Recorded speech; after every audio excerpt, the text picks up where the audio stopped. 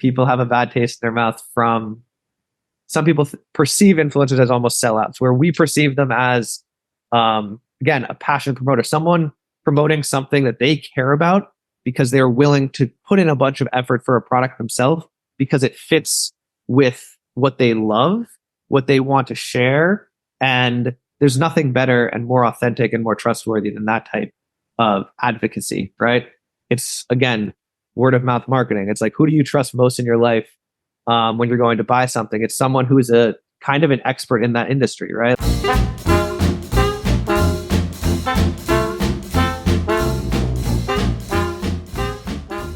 Hi, and welcome to another episode. I'm your host, Brian Mattocks, on the Hard to Market podcast. With me today is William Gasner from Stack Influence. Welcome. Thanks for having me on, Brian. Can you give our listeners a little bit of your background in the marketing space and how you got involved with Stack Influence? Absolutely.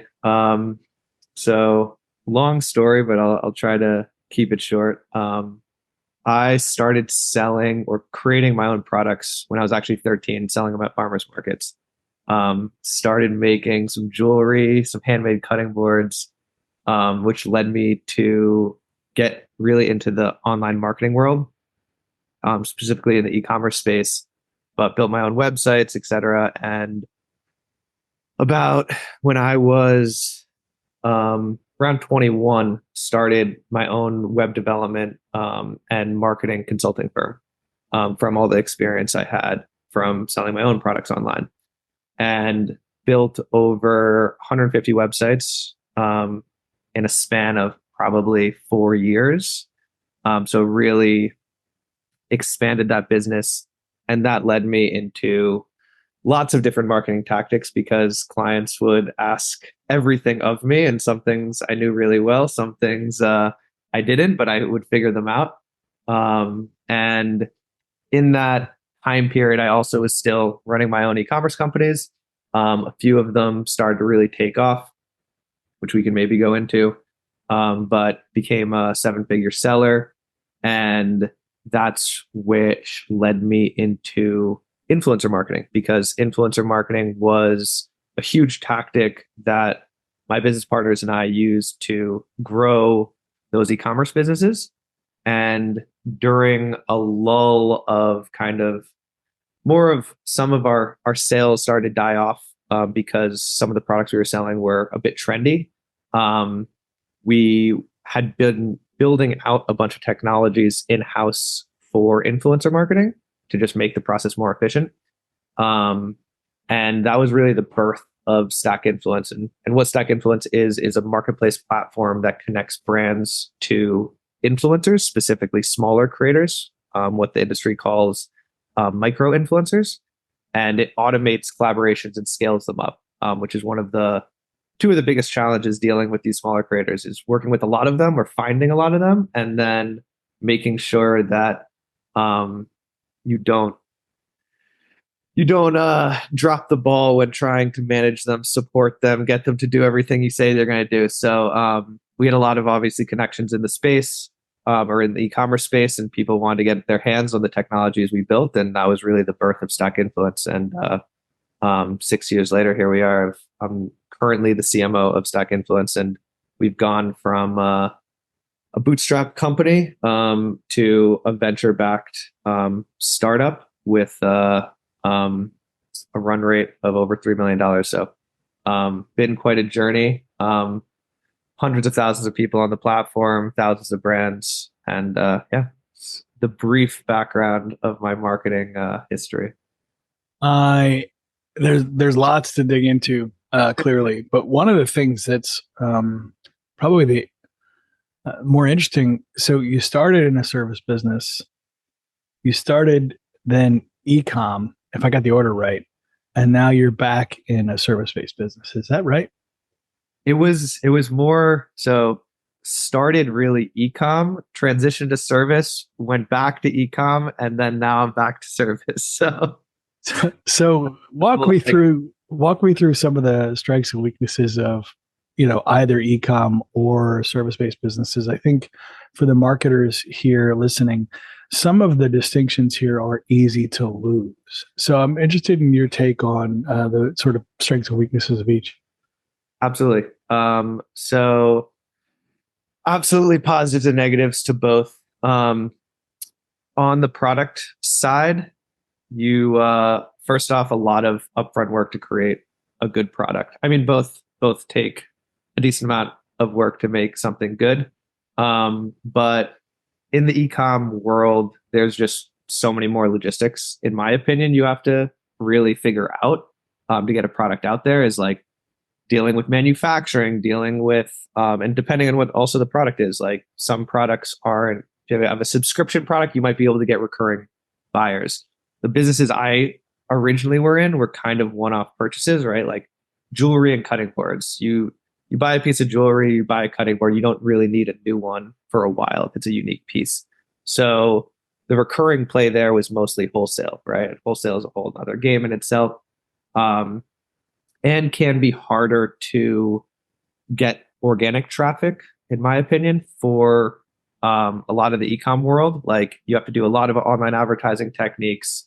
Again, getting relationships with wholesalers. But at the same time, you can find a pretty targeted niche and target your end customer decently well, depending on what it is. And you have the advantage of these massive marketplaces like Amazon, Target, Walmart, where there's already all these eyeballs there and or consumers to purchase your product, right? If you can rank on Amazon, for example, high enough for keywords where people are searching them, you can become a massive business in a very short time period. On the other side, with the service-based business, right? Advantages, in my opinion, are scalability more so than e-com. Obviously, there's some billion-dollar e-commerce businesses, but we look at the companies that have really taken over the world of the Amazons of the world, the Googles, the social networks, right? They became so large in these massive companies because technology can scale much faster than you can develop products and get those products into the hands of people. So again, similar challenges with getting things off the ground, right? You don't have to deal with manufacturers, you don't have to deal with product inventory, etc. However, you have to create a seamless product that actually people want, and sometimes that can take the same amount of effort. But there's another actually kind of interesting positive and negative is upfront cost, right? To get a product off the ground, you need some initial capital, like, or a decent amount, right? You have to pay to actually, if you're developing this thing from scratch, right? Like manufacturing, again, costs, but logistics, you have to get enough inventory in stock.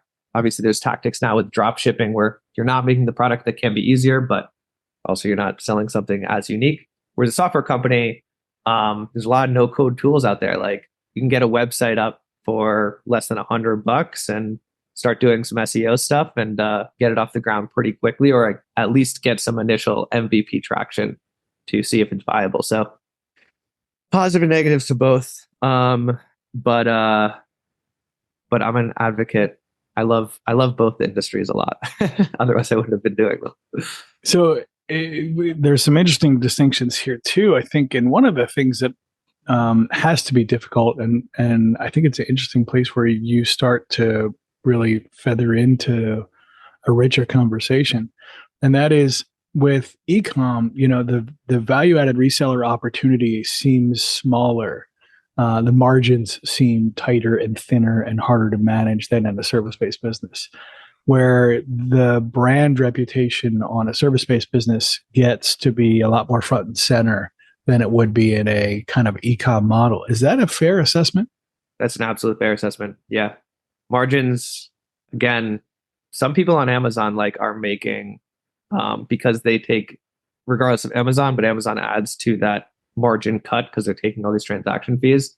Like margins can get very slim. And especially, again, like competing on a marketplace, you have to consistently drop cost to be a competitive product.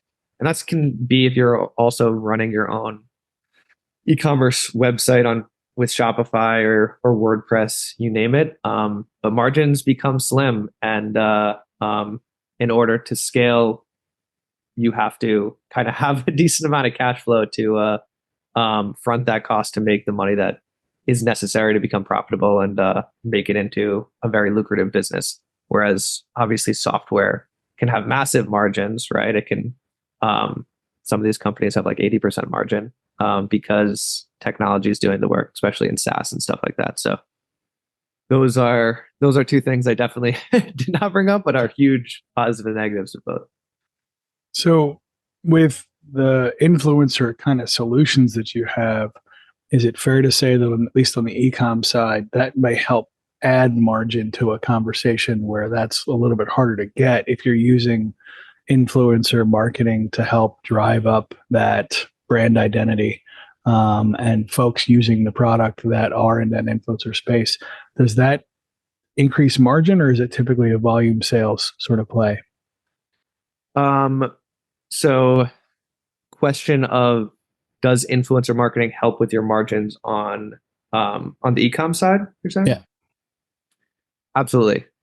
So the cool thing about influencer marketing is you get this kind of, it's a unique marketing tactic in the world of all of these different ways to get your product out there, in the sense that it gives you more bang for your buck and more value across different sectors. So take just online advertising in general, like running an ad on Facebook, right? Your only really return there is a sale, which at the end of the day is valuable, right? And that's what we all want, right? Is like, get your product out there and people buy it, money in, money out. However, that is the same thing with influencer marketing, right? People are going to be promoting your product, and that you're going to pay them X amount of money, and then that's going to result ideally in e-commerce sales. However, on top of that, you're not just getting a sale, you're getting a piece of content, right? Someone's going to be creating an image or video piece of content. They're going to be writing up a testimonial of yours. You can now take that and you can use that on other channels. You can use that on your social media channels. You can use that on your website. Right. All of those things actually build your brand, right? And that can be sometimes hard to equate exact value to it. But I personally think it's kind of an invaluable thing, right? It's like, what is the value of having a website in general, right? It's like, or a good brand or a good logo. It's like, this creates this image of who you are, who's using your product, and that can really take you to the next level. Also, creating a relationship with a real person, right? Like getting your product in the hands of someone who's excited about telling their friends about it, telling their family about it, telling people who they're following, as well as Right. actively using it, leads to a lot of word of mouth effects. So beyond just that online sale, and then all of those things decrease or increase your margin because you're spending less to get more, right? And it absolutely, that's why we loved the business selling online. It was like we were giving originally a lot of our money to the advertising platforms of the world, of the Googles and the Facebooks, to drive these sales. And then once we started to send out products to influencers, it became such a better bang for our buck, as far as driving more conversions, doing them for a lower cost, building our brand, getting brand awareness, creating these ongoing relationships with these people who would like become affiliates and consistently promote our products without any ad costs, right? We were just profit sharing. So that's why we got into it. It became a business in itself. No, and I love it. I think one of the things that's very interesting then is you then pivoted into a service business. Yeah. So that transition seems interesting, and I want to talk about it because for two reasons. One, it sounds like the influencer marketing is really targeted at e-com businesses, right? So your local like HVAC company is not going to have any luck with them. The other part of it is, then you moved out of the product space and went exclusively kind of into this service model. So help me with that as well. I mean, that's an interesting sort of next step. Totally. So going back to scalability, I always love to challenge myself throughout life and always learn and become better. regardless of what I'm doing. And the current businesses that I was doing in the e-commerce space, I still love e-commerce. I'm going to get back into it at some point in my life. I mean, we help thousands of e-commerce brands scale. If I had the time, I'd already have a few products under my belt launching. The previous e-commerce businesses that I had started, the reason that some of them are still actually running, and I've kind of sold some of them off, but the reason I transitioned out of them mostly was there were limitations to scale I found with the products I was selling. And it goes back to kind of those recurring lower margins, very niche, more niche products, right? And the service-based business, especially with the influencer side, had the potential to be a much more scalable product.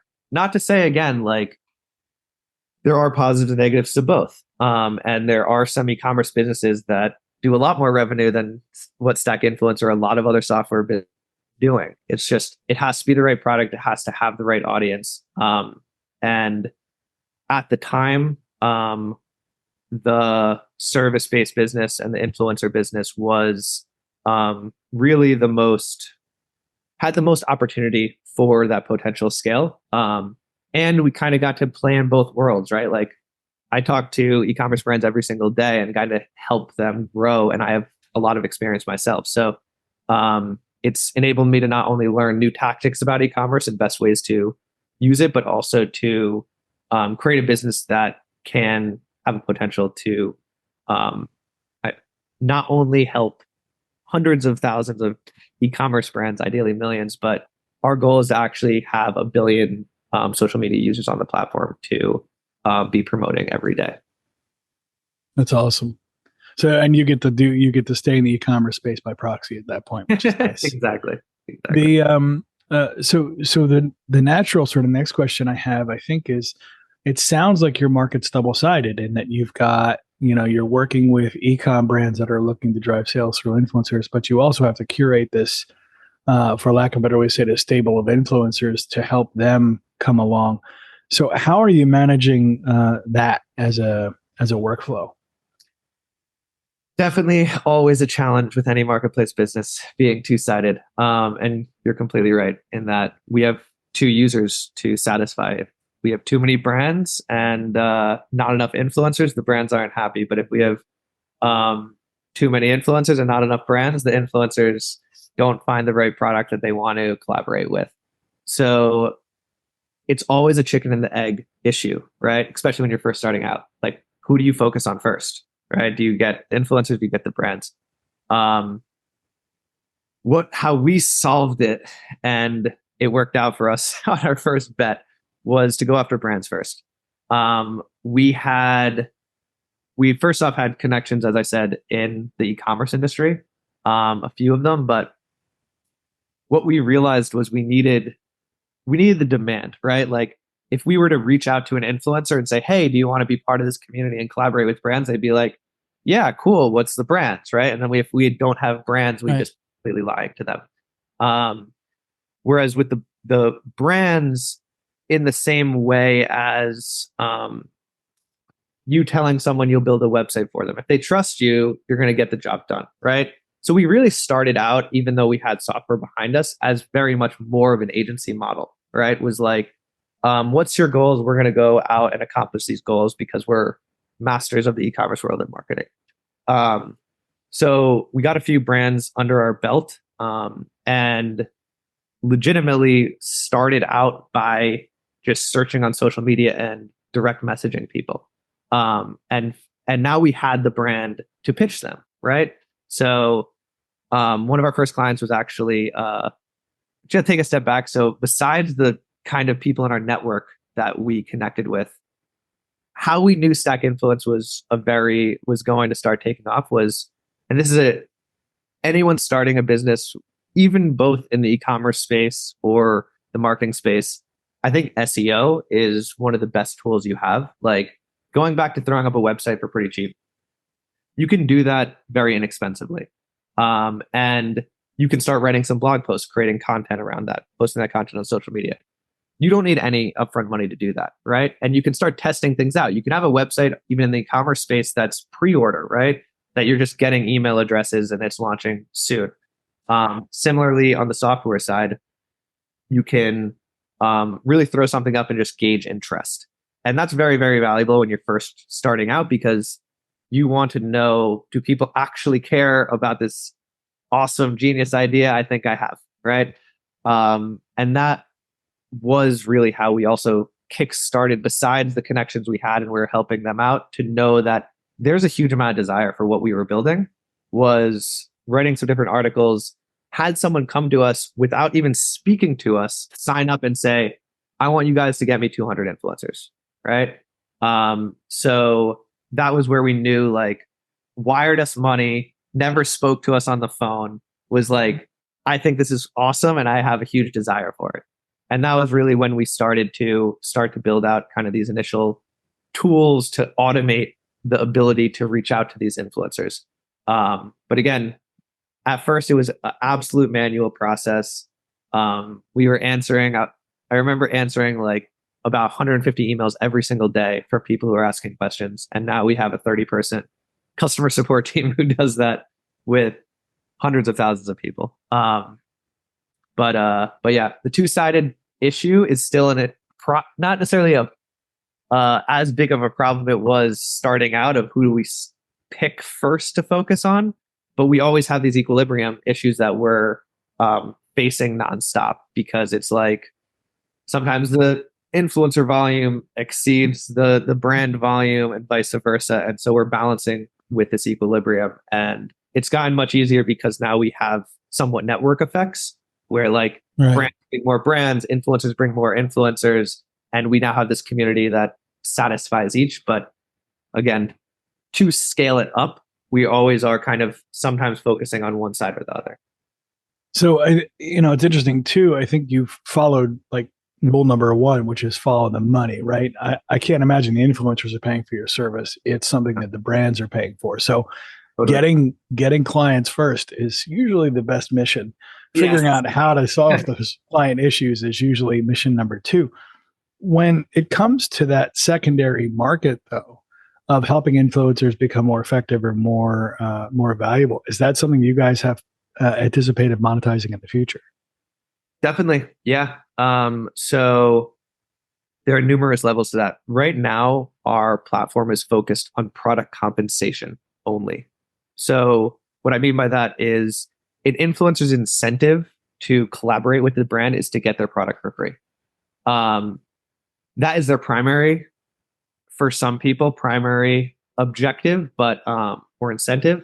But a secondary thing is, like, they want to start a journey on to become an influencer, or to, even if they are an existing influencer, to kind of build their influencer resume and create relationships with other brands, right? Where we see the market evolving, because I personally believe people should be paid, obviously, for their work. And so we do, besides, even though that's their main incentive to get a free product or to, like, create brand relationships, we have different gamification features in the platform to reward influencers for certain actions they take. And what the platform is evolving to be is, like, you can have different tiers of monetary rewards for different actions, and have access to different brand collaboration opportunities and this is where we plan to kind of monetize that influencer or community side to the platform, in the sense that affiliate relationships, for example, right? An influencer can start promoting their product. We plan to create the tools to nurture that and analyze it and take a cut of that, like, commission, right? Brand pays commission for their product, no upfront costs. Influencer gets a cut. We get a cut for all the tools we're helping to facilitate that. In the same way as also certain levels to content quality and curation. So what has blown up in the space, which is besides the promotion itself, is what people call UGC, user-generated content, specifically in the world of advertising. So creating a video post that's a full testimonial, right? There are levels to helping the creator actually make that post more valuable, editing it, adding captions, adding animations, right? And those things where there can be profit sharing involved using our technology, and monetizing and even charging. There's other platforms, and this is something we have discussed. It's not something necessarily in our short-term plans, but access to certain brand collaboration opportunities can be very, very valuable, right? If Right. you for Nike, and you can collaborate with them and you get these larger opportunities, you may be willing to pay a subscription fee to access those things as an influencer, because that relationship could take you much further than that one-off thing. So that's where we see lots of different sides and values to both the influencers and brands that we see evolving. But at the moment, we wanted to get the best, become the best at how do we turn an everyday average person into a content creator or an influencer. I like to call them passion promoters because I think influencers actually somewhat, even though it's a great SEO term, Toxic. it says somewhat of a negative connotation, right? Like people have a bad taste in their mouth from some people perceive influencers as almost sellouts, where we perceive them as, again, a passion promoter, someone promoting something that they care about because they're willing to put in a bunch of effort for a product themselves because it fits with what they love, what they want to share. And there's nothing better and more authentic and more trustworthy than that type of advocacy, right? It's, again, word of mouth marketing. It's like, who do you trust most in your life when you're going to buy something? It's someone who's a kind of an expert in that industry, right? Like you're trying to get Right. into running, you're going to ask your running friend what the best shoes to buy are, and you're going to trust that more than what Nike's going to tell you in an ad, you know? Right.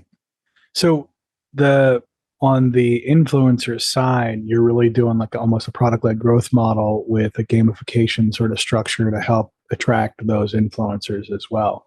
I think that that dynamic is going to be super interesting because in many ways, the cost of the business for you guys is going to be in serving the influencer side of the conversation, and the revenue side largely is a hands-off kind of exchange. Is that a fair evaluation?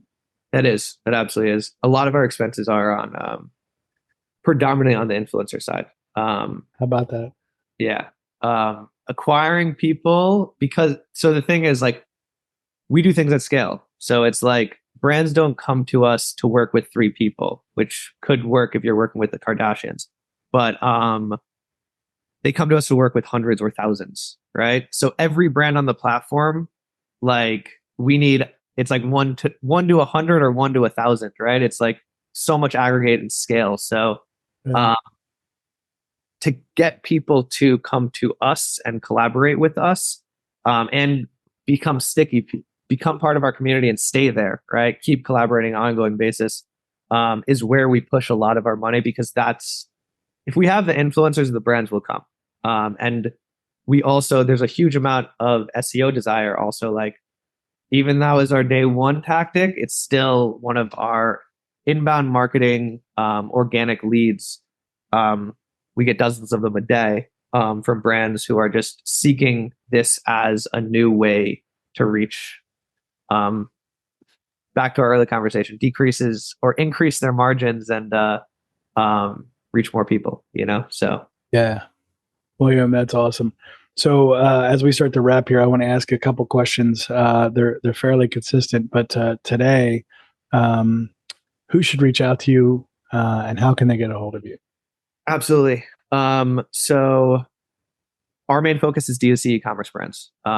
We are going to be playing in the software SaaS app world in the near future, but if you're a D2C e-commerce brand, um, please reach out to us. You can contact me directly at william@stackinfluence.com. You can check out our website, stackinfluence.com. We're on all the socials at stackinfluence.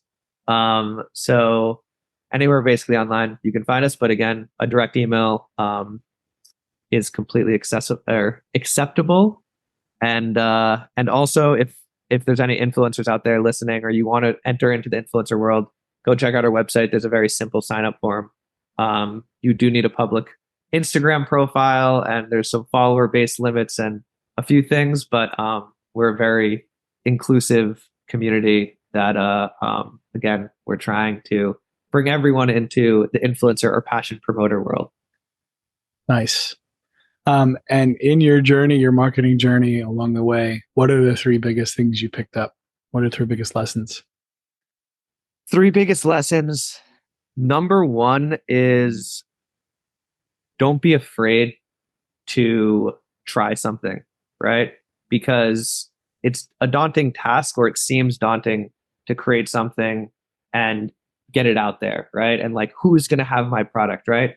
But there are so many tools out there now that, and you don't need, some people think you need this huge education to like know how to do marketing, right? Like you can watch a few YouTube videos, you can create a website, you can start creating some blog articles, especially with the advent of a lot of automations with AI. And you can test products very, very fast and see if your idea will stick. And don't be afraid to do that, even though it seems like this huge mountain to climb. Second biggest lesson is don't be afraid of failure. You're going to fail nonstop, right? And that's how you learn. And um, those, it's because of the failures is because we've been successful. And again, you kind of goes back to that mountain, is that like you're going to face so much adversity along the way and things are going to seem impossible, but keep trying new things, keep looking for new softwares, keep evolving yourself and learning. And the third lesson, kind of, I guess, along the last two, but be resilient, is just don't give up, right? Because sometimes there's been so many times that something takes you down and like you're running these ads and sales are amazing, and then all of a sudden it hits a dead end, or like you're not making the money you were 3 days ago, and it now you're like losing out a whole bunch of money. But things can turn on a dime, and kind of stick it out, and it's hard work, but it's worth it to get into the online market space. We live in an amazing world now where you can basically be anywhere in the world and be making money for yourself, making a living, and building an amazing business. We started the business legitimately in Bali, in Indonesia, with $5,000 in our bank account, right? So live for cheap, but we're living in a beautiful spot because we could live anywhere. And that's the beautiful thing about marketing. And so I advise everyone to try to get into it at one point or another, whether it's e-commerce or service-based or SaaS or app. Try it. There's more tools out there than there ever have been. And watch some YouTube videos, and good luck. Awesome. William, thank you so much for being on the show today. It's been super valuable. I appreciate you being here. My pleasure. Thanks for having me.